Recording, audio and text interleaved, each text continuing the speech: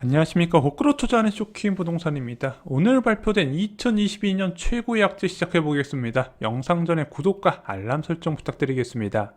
자, 2022년 서울 부동산 시장은요, 두 가지 변수의 싸움입니다. 부족한 입주 물량과 지속적인 기준금리 인상의 싸움이죠. 근데 지금 서울 부동산 시장은 금리 변화에 훨씬 더 예민하게 반응을 하고 있습니다. 자, 그런데 높은 물가가 장기간 지속되잖아요. 기준금리 상단이 높아지게 됩니다. 우리는 내년에 기준금리가 1.5%에서 1.75%가 간다고 알고 있지만 이건 어디까지나 예측치일 뿐이고, 앞으로 물가가 더 장기간 높게 이어진다면 당연히 기준금리는 올라가게 될 것이고 부동산 가격은 반비례하여서 하락한다는 부분이죠. 정부와 한국은행은 내년에 물가가 안정이 된다고 보고 있었습니다. 과연 그럴까요?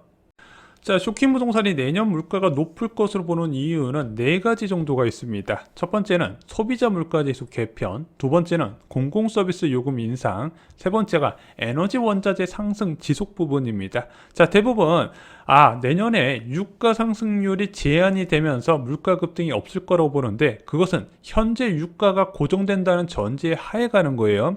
왜냐하면 그동안에 워낙 원유 공급 과잉 시기를 살았기 때문에 사람들이 착각을 하는데, 과거의 모델이 지금 적용 안 된다 말씀드렸죠. 공급 측에서 가격 부양 의지가 워낙 강하고요. 추가로 비오펙 플러스에서 생산을 증가시키기가 어려운 환경이라고 말씀을 드렸습니다. 네 번째는요, 원자재 상승에 따른 공산품 서비스 연쇄 인상 가능성이 내년에 나타날 가능성이 있다는 거예요. 인플레이션 끝은요, 항상 서비스 요금 인상으로 끝난다는데 아직 거기까지 안 온 거예요. 자, 그런데 이런 네 가지 요인 중에서 오늘 소비자 물가지수 개편과 관련된 부분이 발표가 됐습니다. 이거 굉장히 중요해요. 자, 그동안 이런 논란이 항상 있어 왔었습니다. 저물가라는데 왜 실감이 안 날까? 내가 볼 때는 물가 지금 엄청 비쌀 것 같은데 맨날 저물가라고 금리를 낮추고 있네. 자, 물론 통계청에서 이렇게 해명을 합니다. 소득과 지역, 자주 사용하는 품목 등에 더 반영하는 심리도 영향이 있을 것이다. 하지만 전 개인적으로 물가 집계 방식의 문제도 좀 없진 않았다, 이렇게 말씀을 드려봤습니다. 자, 대표적인 것이 바로 무상교육 확대에 따른 품목들이었죠. 문재인 정부에서 고등학교 무상교육을 포함한 다양한 무상교육 확대 정책을 펼쳤습니다. 그러다 보니까 학생복과 교과서, 고등학교 납입금, 학교 급식비들이 내던 것을 안 내게 되는 결과가 만들어진 거예요. 왜? 무료가 됐으니까. 그러면은 내다가 안 내게 됐는데 그게 통계 품목에 포함되어 있으면 마이너스 100%를 잡아먹잖아요. 이렇게 5개가 마이너스 100% 가깝게 이제 하방 압력으로 작용하게 되면 실제 물가보다 더 낮게 측정되는 결과가 나타나게 됩니다. 그래서 한 0.2에서 0.3%포인트 끌어내렸다. 근데 이게 굉장히 큰 차이인 게, 예를 들어 CPI가 1.5%가 나왔다 볼게요. 근데 이런 통계착 식품목이 빠지게 되면 1.8%거든요. 자, 이게 통화당국에서 보면 정반대 결과가 나타나요. 1.5%면 저물가라서 통화 정책을 통해서 경기를 부양하고 물가 상승 압력을 가속시키려는 노력을 할 수 있다는 거죠. 실제적으로는 1.8%인데. 하지만 물가 대표 품목이 상당 부분 바뀌게 됩니다. 2015년 기준 대비 2020년으로 넘어가면서 14개 품목이 추가가 되고 13개 품목이 탈락하게 돼요. 거기에 무상교육 부분이 대부분 포함이 된다는 겁니다. 그래서 올해 12월 소비자 물가지수가 변경된 통계 방식으로 발표가 돼요. 그리고 금일 통계청에서 2021년 소비자 물가지수를 새로 산출해서 발표를 했습니다. 올해 1월부터 지난달까지 소급 적용해서 발표한 거예요. 아까 2020년 기준으로 해서 한다고 그랬잖아요. 5년 단위로. 그러면은 2021년부터 그것이 적용이 돼야 되기 때문이죠. 그래서 어떻게 적용되나 봤더니 소비자 물가 상승률이 2.3에서 당초 2.4로 상승하는 결과가 나타났습니다. 0.1%포인트 더 올라갔던 거예요. 근데 생각보다 많이 안 바뀌었네? 왜냐면은요, 다른 개편 품목들이 끌어내려서 그렇습니다. 자, 아까 고등학교 납입금을 포함한 무상교육 부분은 0.26%의 물가 상승 압력으로 작용을 했어요. 하지만 마스크나 이번에 수학 기간이 늘어난 국산 포도나 참외 등에서 0.06%, 0.07%로 하방 압력을 작용하다 보니까 평균적으로 0.09% 상승 압력 작용한 것으로 줄어들었다는 거죠. 그리고 이번 달에 발표됐었던 11월 CPI 수치도 당초보다 올라갔습니다. 자, 이번 11월 CPI 3.7% 상승률을 발표됐는데 이번에 개편된 품목을 적용했더니 3.8%로 0.1%포인트 더 올라갔죠. 야, 이거 보고 나서 쇼킹 부동산에서 온갖 호들갑을 다 떠들더니 0.1% 고작 올라가네? 이렇게 말씀하실 수도 있는데요. 자, 그런데 주의해야 될 것이 있습니다. 한국은행은 물가 안정 목표제를 채택하고 있습니다.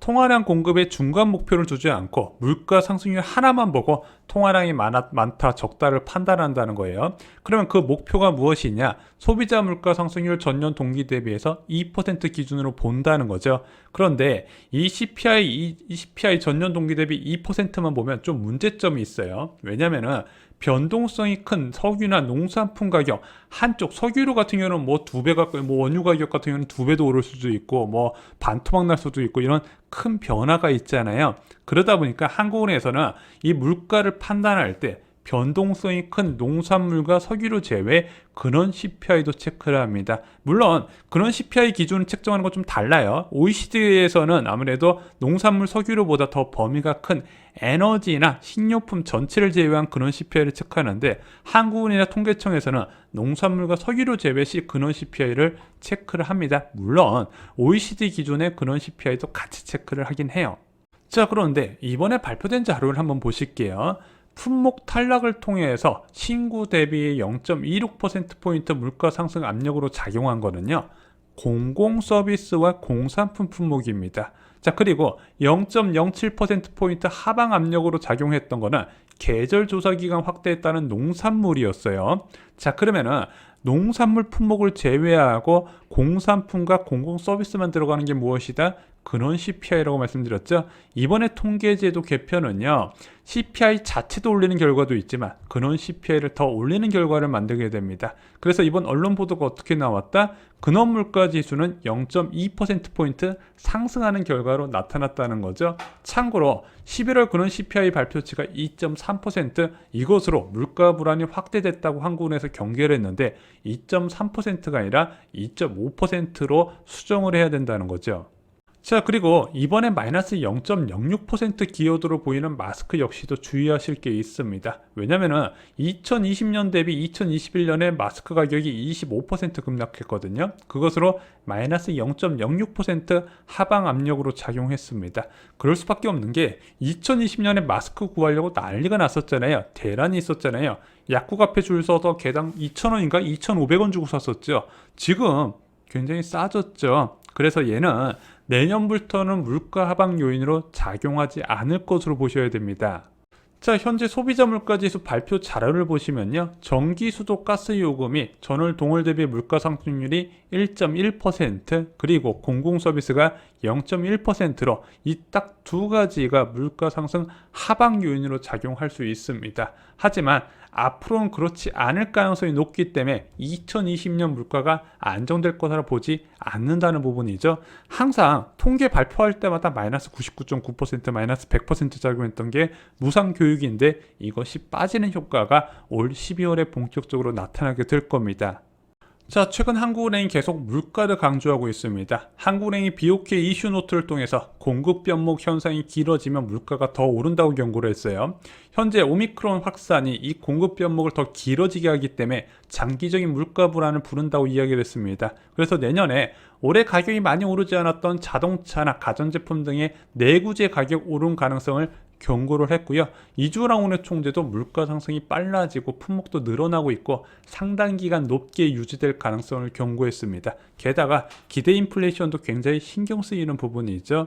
그래서 올 8월달과 11월달에 금리 올 때 어떤 이유로 올렸다? 금융 불균형 방지 목적에서 올렸다고 했습니다. 금리 인상의 이제 원인이 달라진 겁니다.